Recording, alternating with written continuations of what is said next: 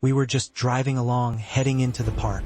As we entered, we noticed someone lying there. Initially, we didn't realize the gravity of the situation and just drove past. But as we got closer, right as we were driving into the park entrance, we clearly saw an object. And then we understood there was a person's body there. It wasn't immediately clear if there was blood. This was Apodaca Park, and it has multiple entrances. The discovery was made right by the Solano entrance. A body was lying right there at the entrance on Solano, completely unresponsive, with blood visible on the ground. This sight was witnessed just moments ago. It was a random body found on the ground. The person who saw it mentioned that they weren't sure if the body still had a head. This gruesome scene would soon lead police to Joel Arciniega-Saenz, a man whose name had already appeared in connection with another unsolved murder years earlier. As details of this case unfolded, they would reveal a chilling pattern and reopen old wounds that had never fully healed.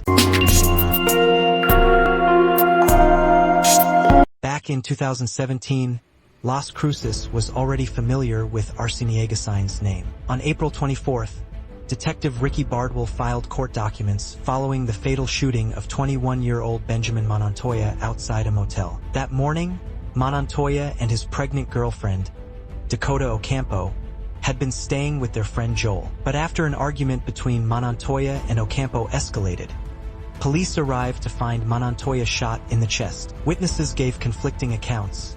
Ocampo blamed Joel, while Joel claimed an unknown woman was the shooter. Joel was arrested.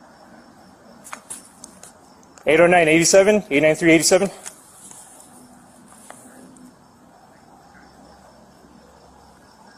Stay where you are. Keep your hands up, okay? Keep your hands where I can see them. Don't move. Contact. I got cover. You got contact. Yep. 50 feet south of the body up against the tree. There's a large pool of blood. So what's going to happen is we're going to go hang out in the book.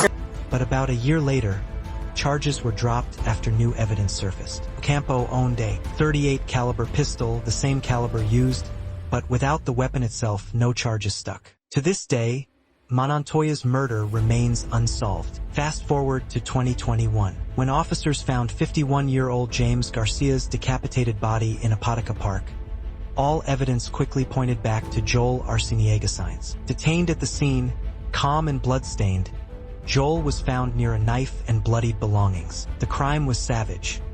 Garcia had been stabbed multiple times, beheaded, and even mutilated further, with a severed finger found nearby. In his recorded interrogation, Joel admitted to killing Garcia. He claimed Garcia had stolen from his wife and friends and described a violent struggle, during which he supposedly disarmed Garcia before retaliating with the knife. His confession included graphic details, even admitting to playing soccer with Garcia's severed head. Joel insisted there was no romantic motive, growing defensive when questioned about his relationship with Garcia.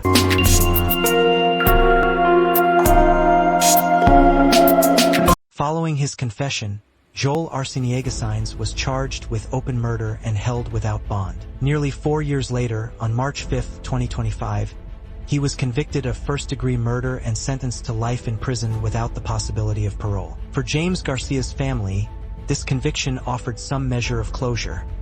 A brutal crime had seen justice served. But for the family of Benjamin Montoya, the pain resurfaced. Montoya's sister, Crystal, voiced her grief, reminding the public that this wasn't Joel's first brush with deadly violence. While some take comfort knowing Arciniega-Saenz is now behind bars, Crystal said true justice for the damage done to both families may never be fully realized. As the case closed on Garcia's murder, it left behind lingering questions about the 2017 killing.